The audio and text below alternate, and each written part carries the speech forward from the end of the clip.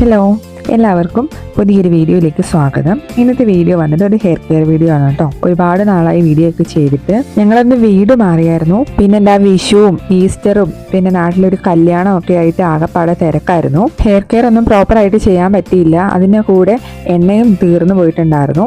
ഇപ്പൊ തിരക്കൊക്കെ കഴിഞ്ഞു. അപ്പം പതുക്കെ ഹെയർ കെയറിലേക്ക് തിരിയാന്ന് വിചാരിച്ചു. അപ്പൊ പെട്ടെന്ന് എണ്ണ കാച്ചുക എന്ന് പറയുന്നത് ഒട്ടും പോസിബിൾ അല്ല. അപ്പൊ അതിന് പകരമായിട്ട് ഞാൻ എന്താ ചെയ്യുന്നതെന്നാണ് ഇന്നത്തെ വീഡിയോയിൽ പറയാൻ പോകുന്നത് കേട്ടോ.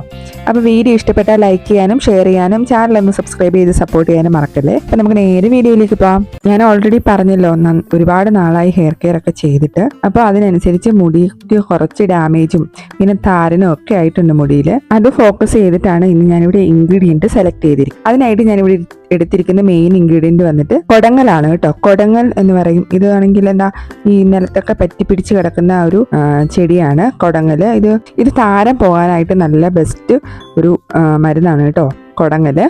പിന്നെ അതിൻ്റെ കൂടെ തന്നെ ഞാൻ 2 കറിവേപ്പിലയും കൂടെ എടുത്തിട്ടുണ്ട്. കൊടങ്ങല് മാത്രം ഇട്ട് എണ്ണ തയ്യാറാക്കി ഞാൻ തേച്ചിട്ടുണ്ട്. അപ്പോൾ അതിൻ്റെ മണം എനിക്കൊട്ടും അങ്ങോട്ട് ഇഷ്ടപ്പെട്ടില്ല. ഒരു വല്ലാത്തൊരു മണമാണ്. അതുകൊണ്ട് തന്നെ കറിവേപ്പിലയാണ് ഞാനിവിടെ എടുത്തിരിക്കുന്നത് കേട്ടോ. കറിവേപ്പില നമുക്ക് അറിയാമല്ലോ, മുടിക്കൊരു കറുപ്പ് നിറം നൽകാനും മുടി വളരാനും ഒക്കെ ഒരുപാട് സഹായിക്കുന്ന ഒരു ഇൻഗ്രീഡിയൻ്റ് ആണ് കറിവേപ്പില. അപ്പം നിങ്ങൾക്ക് ഇത് രണ്ടും ഇല്ലാന്നുണ്ടെങ്കിൽ നിങ്ങൾക്ക് വേണമെങ്കിൽ തുളസിയില എടുക്കാം. ഇത് രണ്ടും ഇതിൻ്റെ ഒപ്പം തുളസിയില എടുക്കാം. പിന്നെന്താ പനിക്കൂർക്കയില എടുക്കാം. നിങ്ങൾക്ക് കിട്ടുന്ന അനുസരിച്ച് അല്ലെങ്കിൽ നിങ്ങളുടെ സൗകര്യം അനുസരിച്ച് ഏത് വേണമെങ്കിലും നിങ്ങൾക്ക് സെലക്ട് ചെയ്യാം.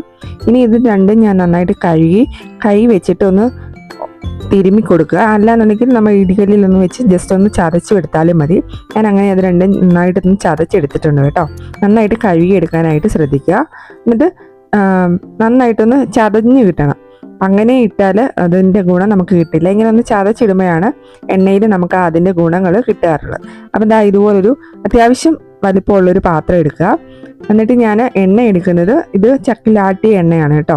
ഞാൻ എപ്പോഴും എണ്ണ മേടിക്കുമ്പോൾ കുറച്ചിങ്ങനെ ഇതുപോലെ ഒരു 1/2 ലിറ്റർ എണ്ണ എപ്പോഴും മാറ്റി വെക്കാറുണ്ട്. ചില ഇടയ്ക്ക് മഞ്ഞളെണ്ണയോ അങ്ങനെ എന്തെങ്കിലുമൊക്കെ ഇതുപോലുള്ള ആവശ്യങ്ങളൊക്കെ വരുമ്പോൾ ഉപയോഗിക്കാനായിട്ട് ഇതുപോലെ മാറ്റി വെക്കാറുണ്ട്. അപ്പോൾ ആ ഒരു എണ്ണ എടുക്കുക. അപ്പോൾ ഇന്ന് ഞാൻ ഈ ഒരു സ്പൂണിന് 2 സ്പൂൺ എണ്ണയാണ് ചേർത്ത് കൊടുക്കുന്നത് കേട്ടോ. അത്യാവശ്യം എണ്ണ തേച്ച് കൊടുക്കണം. ഒട്ടും എണ്ണയില്ലാതെ മുടി നല്ല ഡ്രൈ ആയിട്ടിരിക്കുകയാണ്. അപ്പോൾ ഞാൻ ഒരു 2 സ്പൂണ് എണ്ണ എടുക്കുന്നുണ്ട്. ഇതുപോലെയുള്ള ഒരു പാത്രം എടുക്കാനായിട്ട് ശ്രദ്ധിക്കുക കേട്ടോ. നമുക്കതായിരിക്കും സൗകര്യം. അപ്പം 2 സ്പൂൺ എണ്ണ എടുത്തിട്ടുണ്ട്.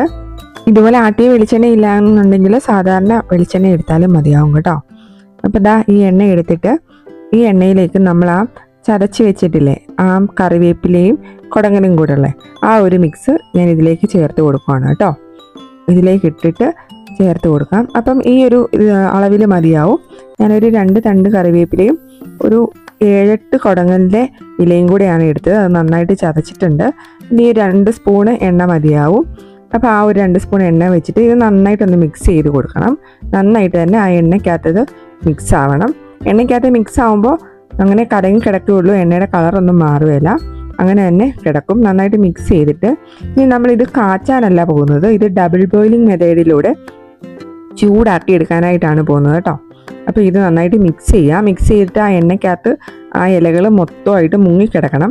ആ ഒരു രീതിയിൽ നമുക്കത് മുക്കിയെടുക്കണം കേട്ടോ. അപ്പം ഇതുപോലെ നന്നായിട്ടൊന്ന് ചതച്ചെടുക്കണം. നന്നായിട്ട് ചതഞ്ഞാലേ അങ്ങനെ എണ്ണയ്ക്കകത്ത് അത് കിടക്കുകയുള്ളൂ. നമ്മളെടുത്ത ഇൻഗ്രീഡിയൻറ്റ് രണ്ടും എണ്ണയ്ക്കകത്ത് മുങ്ങിക്കിടക്കണമെങ്കിൽ ഇതുപോലെ നന്നായിട്ട് ചതച്ചെടുക്കണം. അപ്പോൾ ആ ചതച്ചെടുത്തിട്ട് ഞാൻ നന്നായിട്ടൊന്ന് മിക്സ് ചെയ്തിട്ടുണ്ട്. നല്ലതുപോലെ രണ്ടും കൂടെ മിക്സ് ചെയ്തു. ഇനി നമുക്കിത് പ്രിപ്പയർ ചെയ്യാം. അതിനായിട്ട് ഒരു പാത്രത്തിൽ അത്യാവശ്യം വലിപ്പമുള്ള ഒരു പാത്രത്തിൽ കുറച്ച് വെള്ളം വെച്ചിട്ട് നന്നായിട്ട് തിളപ്പിക്കുക.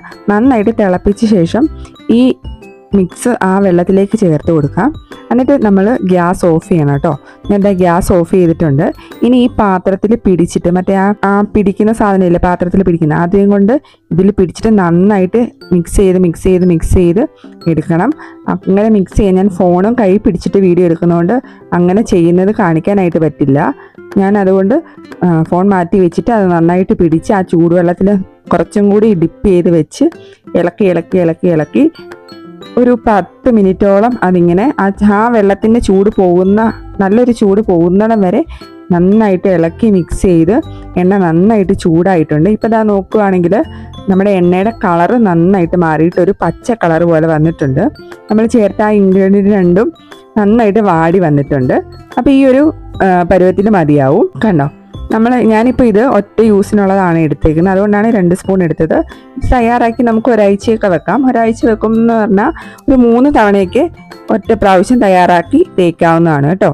അപ്പം ഞാൻ അതൊന്ന് ഒരു ചെറിയൊരു തുണി വെച്ചിട്ട് അരിച്ചിട്ട് എടുത്തിട്ടുണ്ട് കേട്ടോ. നമ്മൾ ആ ഇൻഗ്രീഡിയൻറ്റ് രണ്ടും ചതച്ചിട്ട് ചേർക്കുന്നത് കൊണ്ട് തന്നെ അത് നമ്മുടെ മുടിയിൽ ഒട്ടിപ്പിടിക്കാനായിട്ട് ചാൻസ് കൂടുതലാണ്. അതുകൊണ്ട് തന്നെ നന്നായിട്ട് അരിച്ചെടുത്തിട്ട് തേക്കാനായിട്ട് ശ്രമിക്കുക.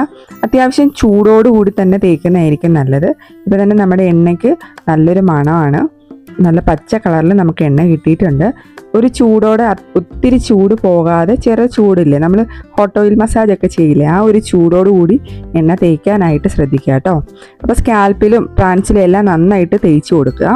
ഇതുപോലെ നന്നായിട്ട് താരനൊക്കെ ഉണ്ടെങ്കിൽ ഇതുപോലെ സ്കാൽപ്പിൽ നന്നായിട്ട് തേച്ച് കൊടുത്തിട്ട് ചെറിയൊരു മസാജും കൂടെ ഇതുപോലെ ചെയ്ത് കൊടുക്കണം.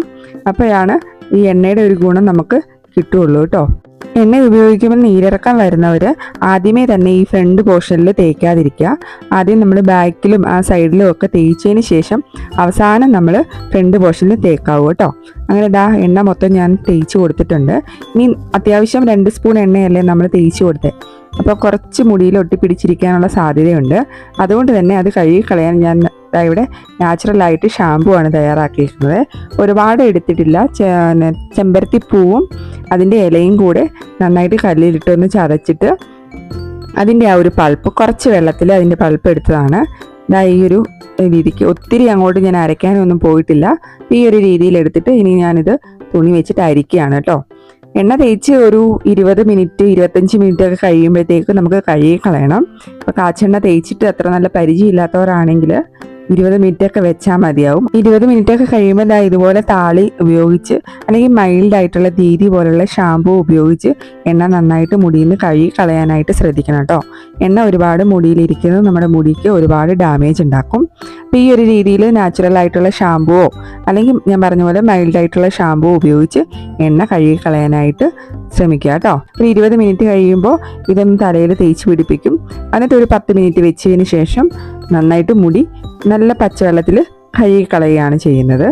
അപ്പം ഈ ഒരു രീതിക്കാണ് ഞാൻ കാച്ചെണ്ണ ഇല്ലാത്ത സമയം കാച്ചെണ്ണയ്ക്ക് പകരം എണ്ണ പ്രിപ്പയർ ചെയ്ത് അത് തേച്ച് അത് കഴുകി കളയുന്ന രീതി. നിങ്ങൾക്ക് വീഡിയോ യൂസ്ഫുൾ ആയി എന്ന് കരുതുന്നു. വീഡിയോ ഇഷ്ടപ്പെട്ടാൽ ലൈക്ക് ചെയ്യാനും ആർക്കെങ്കിലും ഉപകാരപ്പെടുമെങ്കിൽ അതൊന്ന് ഷെയർ ചെയ്ത് കൊടുക്കാനും കൂടാതെ ചാനലൊന്ന് സബ്സ്ക്രൈബ് ചെയ്ത് സപ്പോർട്ട് ചെയ്യാനും മറക്കല്ലേ. ഇതുപോലുള്ള വീഡിയോകളുമായിട്ട് ഇനിയും കണ്ടുമുട്ടാം. അപ്പോൾ ഇതുവരെ വീഡിയോ കണ്ട് സപ്പോർട്ട് ചെയ്ത എല്ലാവർക്കും താങ്ക് യു.